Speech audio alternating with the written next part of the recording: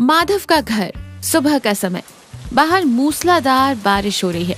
बादलों के गरजने की आवाज आ रही है। माधव एक बड़े से बर्तन में पानी पूरी का आटा गूंथ रहा है और उसे गुस्से में जोर जोर से मुक्के मार रहा है। सुमित्रा पास ही एक छोटे स्टोव पर आलू उबाल रही है। मौसम काफी ठंडा है। अरे यार सुमित्रा, ये बारिश तो आज रुकने का नाम ही नहीं ले रही। बिल्कुल मेरे ससुर जी की तरह है ये बरसात। जब बिल्कुल नहीं आना चाहिए एकदम उसी वक्त टपक पड़ती है और फिर जाने का तो नाम ही नहीं लेती। आलू को चम्मच से चलाते हुए कहती है, अजी सुनिए, आसमान फट पड़ा है, इतनी तेज बारिश हो रही है। इन सब के बीच में आप मेरे पिताजी को क्यों घसीट रहे? अब बारिश के मौसम में पानी नहीं बरसेगा तो क्या आसमान से गर्मा गर्म जलेबियां गिरेंगी? जलेबियां गिरती तो मैं आराम से वही बेच लेता ना भाग्यवान। कम से कम इस सूजी और मैदे के साथ मुझे सुबह सुबह ये कुश्ती तो नहीं लड़नी पड़ती। एक तो इतनी ठंड है, आटा जल्दी सूखता नहीं, पूरियां करारी नहीं बनती और ऊपर से पिछले 3 दिन से ये जो बारिश लगी है, प्लेटफॉर्म पर कोई इंसान रुक ही नहीं रहा। ट्रेन आती है और सब भीगने के डर से भागकर सीधे डिब्बे में घुस जाते हैं। मेरी पानीपुरी मेरा मुंह देखती है और मैं अपनी पानीपुरी का। आप भी ना बिल्कुल छोटे बच्चे की तरह हिम्मत हार जाते हैं। व्यापार है तो मुनाफा और नुकसान दोनों झेलना पड़ेगा ना।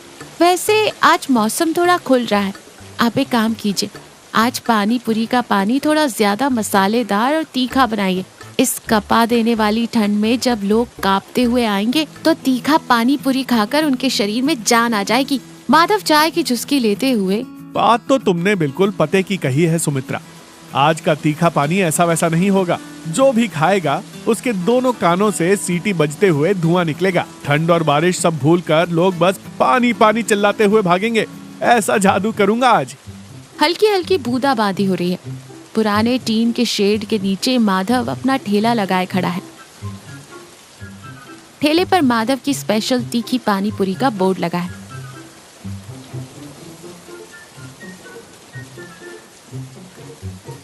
तभी ऑफिस से लौटा रवि अपने भीगे हुए कपड़े झाड़ता हुआ कांपते हुए दौड़कर ठेले के पास आता है। ओहो माधव काका, आज तो लगता है भगवान आसमान की पानी वाली टंकी का नल बंद करना ही भूल गए हैं। इस भयंकर ठंड में मेरा शरीर जमकर मटका कुल्फी बन गया है। जल्दी से एक प्लेट अपनी वो स्पेशल तीखी वाली पानी पूरी लगाओ काका। आओ बाबू आओ, तुम्हारी इस कुल्फी को पिघलाने का फुल प्रूफ इलाज है मेरे पास, एकदम तैयार। ये लो, आज की मेरी स्पेशल रॉकेट पानी पूरी, खाकर बताओ कैसा लगा। रवि जैसे ही पूरी मुंह में डालता है उसकी आंखें बड़ी हो जाती हैं। वो एक हाथ अपने सिर पर रख लेता है। हा काका, ये तुमने मुझे पानी पूरी खिलाई है या कोई मिर्ची का बम फोड़ दिया मेरे मुंह में? कसम से मेरे कानों के बाल तक सीधे खड़े हो गए हैं। अरे बाबू, जब बारिश में भीगते हुए आओ तो पानी पूरी खाने के बाद माथे पर पसीना चमकना चाहिए। असली मजा तो उसी में है। तभी टीटी दरोगा सिंह एक हाथ में अपना पेट पकड़े हुए मुंह बनाते हुए धीरे धीरे करहाते हुए वहां आते हैं। ओए माधव, उफ, आज सुबह स्टेशन के बाहर उस समोसे वाले के यहाँ पता नहीं क्या मनहूसियत खा ली मैंने। ऐसा लग रहा है जैसे मेरे पेट के अंदर महाभारत का युद्ध चल रहा है। गैस के दर्द से मेरी जान निकली जा रही है। अरे दरोगा जी, आप तो दिन भर ट्रेन में बिना टिकट वालों को पकड़ पकड़ कर उनकी हवा निकालते रहते हैं। आज आपकी हवा किसने निकाल दी? ओए, तू अपना मुंह बंद रख छोकरे। तुझे हर बात में मजाक सूझता है। यहाँ मेरी जान हलक में अटकी है और तुझे कॉमेडी करनी है। ओ माधव, तेरे पास कोई चूरन वूरन है क्या यार? पेट फटा जा रहा है। अरे दारोगा जी, मेरे पास चूरन कहाँ से आएगा? आपको तो डॉक्टर के पास जाना चाहिए। पर रुकिए, मेरे पास एक देसी जुगाड़ है। मेरी स्पेशल हींग और जीरे वाला खट्टा पानी। 1 गिलास देता हूँ, पी लीजिए। आपके पेट में फंसा सारा ट्रैफिक जैम 5 मिनट में खुल जाएगा। सच कह रहा है ना माधव?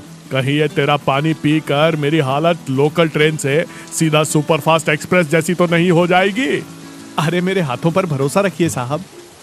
माधव एक छोटे से स्टील के ग्लास में खट्टा पानी, थोड़ा काला नमक और नींबू निचोड़ कर देता है। ये लीजिए, इसे एक ही सांस में गटक जाइए। और एक ही सांस में पूरा पानी पी जाते हैं। लगभग 5 सेकंड तक बिल्कुल शांति रहती है। दरोगा सिंह अपनी आंखें बंद कर लेते हैं। धीरे धीरे उनके चेहरे पर सुकून आने लगता है। तू इंसान नहीं, साक्षात भगवान है मेरे लिए। मेरे पेट में जो मालगाड़ी फंसी हुई थी ना, उसे जैसे ग्रीन सिग्नल मिल गया है। पेट एकदम हल्का हो गया यार। रवि ताली बजाते हुए, वाह काका, तुम तो पानी पूरी वाले से सीधा डॉक्टर बन गए। कल से अपने ठेले का नाम बदलकर माधव पानी पूरी एंड पेट क्लिनिक रख लो। तीनों इस बात पर जोर से ठहाका लगाकर हंसते हैं। कुछ दिनों बाद स्टेशन के प्लेटफॉर्म के बिल्कुल आखिरी छोर पर एक खाली बेंच पर माधव सिर झुकाए बहुत ही उदास बैठा है। आज वहाँ उसका पानी पूरी का ठेला नहीं है। रवि उसे ढूंढता हुआ वहाँ आता है। काका, क्या बात है? आज तुमने ठेला क्यों नहीं लगाया? और ये अपना मुंह क्यों ऐसे लटका रखा है?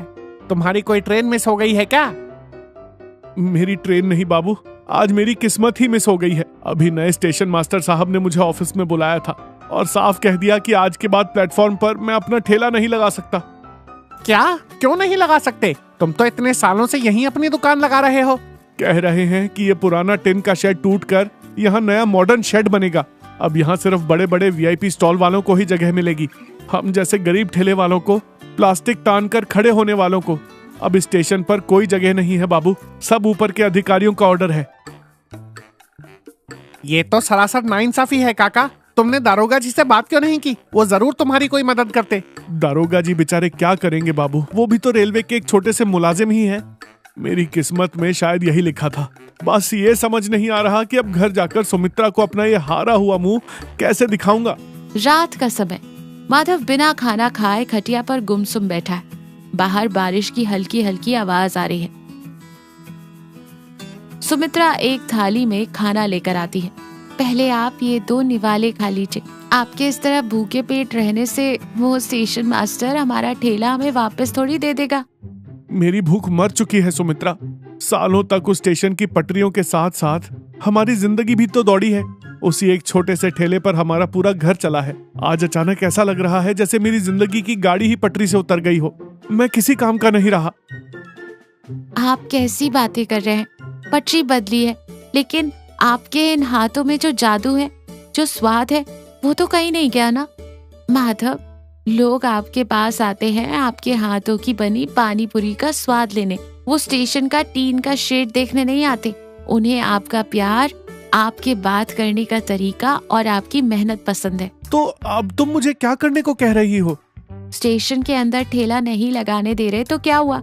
स्टेशन के बाहर वो बड़ा सा पीपल का पेड़ है, वहाँ तो बहुत खाली जगह है ना। हम कल से अपना ठेला स्टेशन के बाहर लगाएंगे। स्टेशन के बाहर? पर सुमित्रा, वहाँ तो पहले से ही कितनी बड़ी बड़ी दुकानें और होटल हैं। वहाँ उन बड़ी दुकानों को छोड़कर हमारे इस छोटे से ठेले के पास कौन आएगा? क्यों नहीं आएंगे? आप जो हींग और जीरे का पानी मिलाते हैं ना, और मैं जो आलू का मसाला भून कर बनाती हूँ, उसकी टक्कर का स्वाद पूरे शहर में किसी के पास नहीं है। जगह बदलने से हमारा हुनर थोड़ी ना बदल जाएगा। आप चिंता छोड़िए, कल सुबह हम अपना ठेला स्टेशन के बाहर ही लगाएंगे। बस बात खत्म। अगली सुबह बारिश हो रही है। लोग छाता लगाए इधर उधर जा रहे हैं। माधव ने एक बड़े से पेड़ के नीचे पन्नी तान कर अपना ठेला लगाया हुआ है। उसके चेहरे पर बहुत घबराहट है। कस्टमर आएंगे या नहीं, ये डर उसकी आंखों में साफ दिख रहा है। तभी दरोगा सिंह अपना छाता लिए वहाँ आते हैं। अरे माधव, तू यहाँ बाहर बारिश में पेड़ के नीचे क्या कर रहा है? अंदर प्लेटफॉर्म पर चल भाई। वो जो नया वीआईपी स्टॉल वाला आया है ना, उसकी पानी पूरी खाकर मेरे पेट का फिर से कबाड़ा हो गया है। पता नहीं वो पानी पूरी दे रहा है या नाले का गंदा पानी पिला रहा है। मैं अंदर कैसे आ सकता हूँ दारोगा जी? नए मास्टर जी ने मुझे वहां से भगा दिया है। अब से मैं अपना ठेला यहीं बाहर ही लगाऊंगा। क्या बकवास है? उस नए मास्टर को क्या पता तेरे हाथों के जादू के बारे में? तेरी पानी पूरी खाए बिना स्टेशन पर आने वाले लोगों का सफर ही पूरा नहीं होता। तू रुक, मैं कल ही जाकर उससे बात करता हूँ और तुझे तेरी पुरानी जगह वापस दिलाता हूँ। तभी रवि भी अपना बैग सिर पर रखे बारिश से बचता हुआ भाग कर वहाँ आता है। अरे काका, तुम यहाँ बाहर खड़े हो? मैं तो तुम्हें पूरे प्लेटफॉर्म पर पागलों की तरह ढूंढ रहा था। वो अंदर जो नया वीआईपी स्टॉल वाला खुला है ना, भाई साहब, उसका पानी तो ऐसा था जैसे किसी ने ड्रेनेज का पानी उबाल कर पिला दिया हो। मेरा तो पूरा मुंह का स्वाद ही बिगड़ गया। जल्दी से मुझे अपनी वो तीखी वाली पानी पूरी खिलाओ काका। रवि की जोर जोर से बोली जा रही बातें सुनकर वहाँ से गुजर रहे कुछ यात्री भी रुक जाते हैं और माधव के ठेले के पास आ जाते हैं। हाँ भाई, बिल्कुल सही कह रहे हो तुम। माधव भाई के हाथों की पानी पूरी के आगे वो वीआईपी स्टॉल वाले क्या टिकेंगे। माधव भाई, जरा 2 प्लेट हमें भी लगाना। माधव खुशी से अपनी आंखों में आए आंसू पोंछते हुए, अभी देता हूँ बाबूजी, बस 1 मिनट। सच में मेरी सुमित्रा बिल्कुल 100% सही कहती थी। हमारे खड़े होने की जगह बदल जाने से हमारे हाथों का स्वाद और हमारी मेहनत थोड़ी ना बदल जाती है। माधव बहुत ही फुर्ती और खुशी से सबको पानी पूरी बनाकर खिलाने लगता है। देखते ही देखते बारिश के मौसम में भी उसके ठेले के चारों तरफ लोगों की भीड़ जमा हो जाती है। आहा, लाजवाब माधव। एक काम कर, आज पानी में थोड़ी हींग और जीरा जरा ज्यादा डाल दे। वो नया स्टेशन मास्टर भी इधर आ रहा है, आज उसका पेट भी तुझे ही साफ करना है। हाँ काका, आज से अपना Madhav panipuri and pet clinic खुलेआम पब्लिक की सेवा करेगा। सब लोग मिलकर दिल खोलकर हंसते हैं। माधव मुस्कुराते हुए आसमान की तरफ देखता है और मन ही मन भगवान को और अपनी पत्नी सुमित्रा को धन्यवाद देता है। बारिश की उन बूंदों के बीच माधव के छोटे से ठेले पर फिर से वही पुरानी रौनक और खुशियां लौट आती है।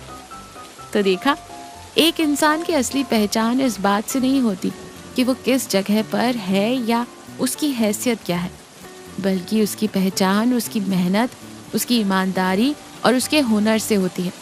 जिंदगी में चाहे कितनी भी मुश्किलें आ जाए, अगर इंसान को खुद पर और अपने काम पर पक्का भरोसा है तो वो हर मुश्किल हालात में अपने लिए एक नई राह बना ही लेता है। बुरे वक्त में अपनों का साथ और उनका दिया हौसला किसी भी गहरी निराशा को एक नई उम्मीद में बदल देता है।